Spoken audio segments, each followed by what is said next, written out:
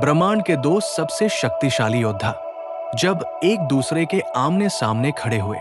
तो देवताओं के सिंहासन भी डोलने लगे थे। एक तरफ थे भगवान परशुराम, जिनके क्रोध से पूरी पृथ्वी कांपती थी, और दूसरी तरफ थे गंगा पुत्र भीष्म, जिन्हें स्वयं काल भी छूने से कतराता था। कुरुक्षेत्र की उस पावन भूमि पर एक गुरु और शिष्य के बीच 23 दिनों तक चला वो प्रलयकारी युद्ध,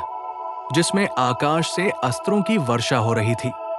और समुद्र का जल खौलने लगा था। आखिर क्या थी वो विवशता जिसने एक गुरु को अपने ही सबसे प्रिय शिष्य के प्राण लेने पर मजबूर कर दिया? और क्यों भीष्म पितामह ने अपने ही गुरु के विरुद्ध उस महाविनाशक अस्त्र का संधान किया, जिसे रोकने के लिए स्वयं देवताओं को धरती पर उतरना पड़ा? आज के इस वीडियो में हम इतिहास के उस सबसे भीषण और अनसुने महासंग्राम की परतों को खोलेंगे, जिसने भीष्म और परशुराम की शक्ति और धर्म की अंतिम परीक्षा ली थी। इस युद्ध की जड़ें काशी की राजकुमारी अंबा के जीवन से जुड़ी हैं, जब भीष्म ने अपने भाई विचित्रवीर्य के विवाह के लिए काशीराज की 3 पुत्रियों अंबा, अंबिका और अंबालिका का बलपूर्वक अपहरण कर लिया था। परंतु अंबा पहले से ही राजा शाल्व से प्रेम करती थी, जिसके कारण भीष्म ने उसे ससम्मान शाल्व के पास भेज दिया। लेकिन शाल्व ने दूसरे पुरुष द्वारा हरी गई स्त्री को स्वीकार करने से मना कर दिया, और जब अंबा वापस भीष्म के पास आई और उनसे विवाह का प्रस्ताव रखा तो भीष्म ने अपनी अखंड ब्रह्मचर्य की प्रतिज्ञा के कारण उसे ठुकरा दिया। दर दर भटकने और अपमानित होने के बाद अंबा की भेंट महर्षि होत्रवाहन से हुई, जिन्होंने उसे अपने दुखों के निवारण के लिए परशुराम की शरण में जाने की सलाह दी। जब अंबा ने परशुराम को अपनी व्यथा सुनाई तो परशुराम ने भीष्म को बुलवाकर अंबा से विवाह करने का आदेश दिया। परंतु भीष्म ने अपनी प्रतिज्ञा का हवाला देते हुए अपने गुरु की आज्ञा मानने से विनम्रतापूर्वक इनकार कर दिया। गुरु की आज्ञा की अवहेलना परशुराम को अत्यंत अपमानजनक लगी और उन्होंने भीष्म को युद्ध के लिए ललकारा, जिसके बाद कुरुक्षेत्र के उसी मैदान में 23 दिनों तक एक विनाशकारी संग्राम चला, जहां एक ओर परशुराम के पास दिव्य अस्त्रों और तपस्या का बल था, तो दूसरी ओर भीष्म को उनके पिता शांतनु से इच्छा मृत्यु का वरदान प्राप्त था। दोनों योद्धाओं ने एक दूसरे पर प्रलयकारी बाणों की वर्षा की, और युद्ध के अंत में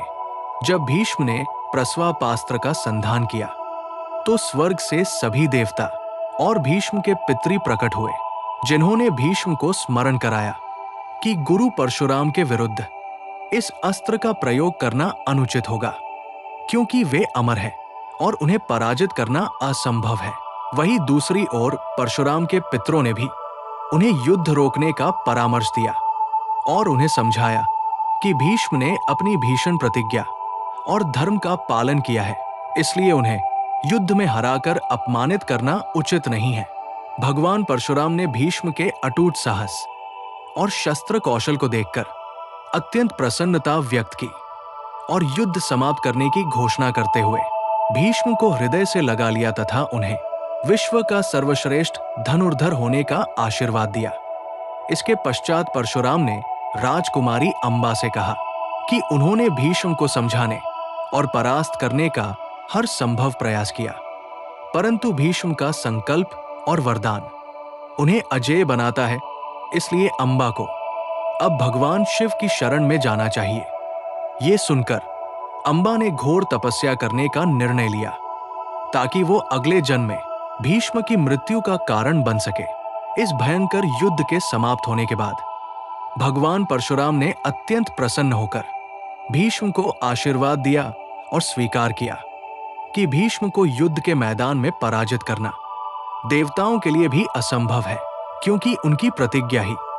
उनका सबसे बड़ा कवच थी। इस प्रकार गुरु और शिष्य के बीच हुए इस अद्वितीय युद्ध ने यह सिद्ध कर दिया कि संसार में अटूट संकल्प और धर्म की मर्यादा से बढ़कर कोई अस्त्र नहीं होता। भीष्म और परशुराम का ये संग्राम आज भी इतिहास के पन्नों में एक ऐसी गाथा के रूप में जीवित है जहां गुरु और शिष्य दोनों ने अपने अपने धर्म और वचनों के लिए सर्वस्व दांव पर लगा दिया था और अंत में विजय केवल सत्य और मर्यादा की हुई।